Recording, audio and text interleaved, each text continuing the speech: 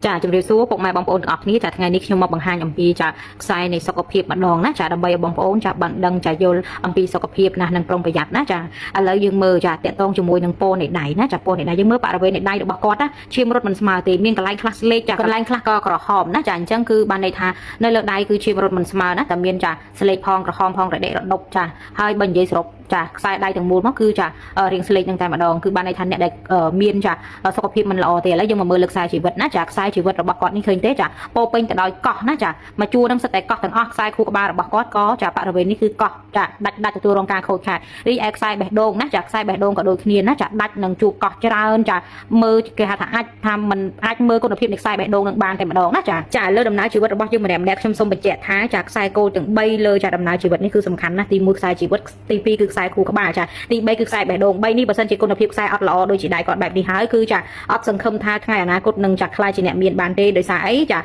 គឺសុខភាពនឹងឯងណាសុខភាពមិនល្អតតែសោះសុខភាពចាងាកឈឺណាឈឺជាប្រចាំគ្មានពេលរកស៊ីចាគ្រប់គ្រាន់នោះទេណាចាមិនដឹងខ្ញុំហ៊ានអះអាងថាចារកស៊ីមិនបានចា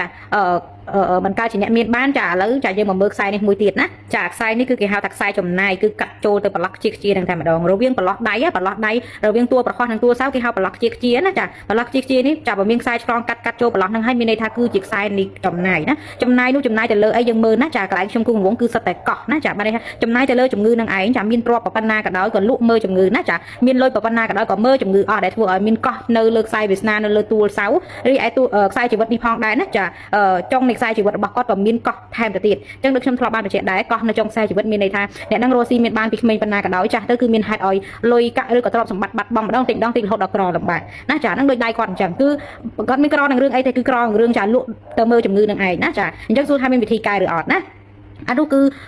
ឺបើគាត់ដឹងមុនឥឡូវដៃនេះគាត់នៅក្មេងទេណាចាអញ្ចឹងឲ្យគាត់ដឹងមុនបែបនេះឲ្យគាត់ធ្វើសេចក្តីល្អឲ្យបានច្រើនទី1គឺឲ្យធ្វើបុណ្យចាតកតងនឹងការឧបត្ថម្ភការព្យាបាលទិញថ្នាំសង្កូវឲ្យពុកម្ដាយប្រសងពេលមានអាពាធជាដើមណាឧបត្ថម្ភលុយកាត់ទៅដល់មន្ទីរពេទ្យស្ម័គ្រចិត្តចាហើយកុំធ្វើឲ្យអ្នកណាឈឺចិត្តឈឺរាងកាយដោយសារតែយើងកុំផ្ដិចផ្ដាល់ជីវិតសត្វណាចាហើយចាឲ្យមានសិលនៅក្នុងខ្លួនចាដែលសំខាន់មួយទៀតមានជំងឺអីក៏ដោយគឺត្រូវថែរក្សាសុខភាពឲ្យប្រុងប្រយ័ត្នចានឹងសុខភាពនឹងចាមើលថែគ្រប់ពេលតែម្ដងមិនមែនថាធ្វើតែបុណ្យហើយចាអត់មើលថែសុខភាពទេណាចាឲ្យធ្វើបុណ្យនោះក៏ដោយសារគាត់មានកម្មចាស់នឹងឯងកម្មចាស់រឿងចាធ្វើឲ្យគេឈឺឈឺរាងកាយដោយសារតែយើងនឹងឯងដែលធ្វើឲ្យជាតិនេះមានជំងឺច្រើនអញ្ចឹងត្រូវធ្វើបុណ្យចាឲ្យបានច្រើនចាផ្សំជាមួយការថែរក្សាសុខភាពទៅទៀតនោះចាគឺនឹងប្រសើរណា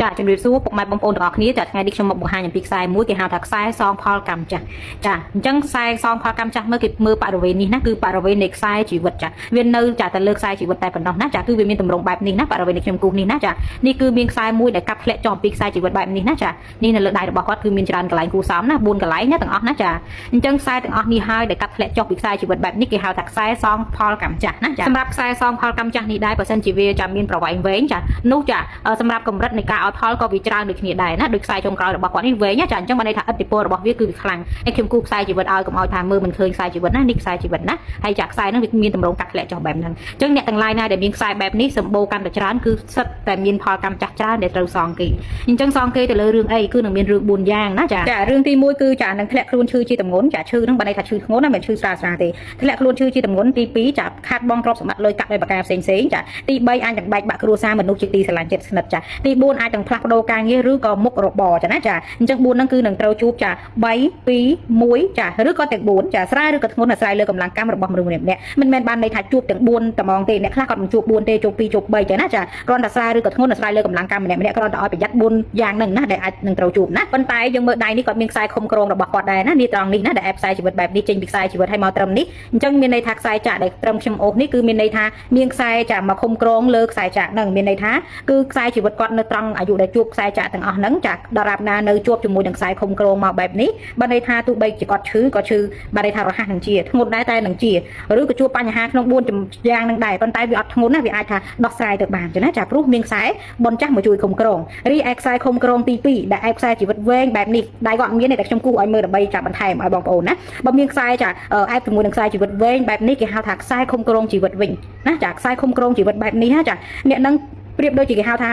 บ่กลักล้านก็มันสลับเครื่องใช้ก็มันสลับเลยนะก็อายุรุ่นครูดบันโหดอัดมินไอ้หมาป้าปีชีวิตกอดบันเตเปรียบโดยจีมีนระบองระเนียงกาปีชีวิตกอดมินปัญหาตกเพยไอ้คือเวทจวบเนาะจ่าระบองนั่งมองจ่าอัดมาดอยอายุชีวิตยังบานจ้ะนะจ่าจูปัญหาไอ้จ่าขาดบองเลยกัดทมไอ้จีด้ามก็จะได้แต่มีนเกจูจะมาโจดักสายเองจังเตอนะจ่าอันนั้นคือเฮาท่านเนี่ยได้มีนสมปีบนจ้ามาคมกระโรงเลยจากสายชีวิตระบกรนังไอ้นะจากสายนั่นคือเฮาสายละอ่อนนะจ่า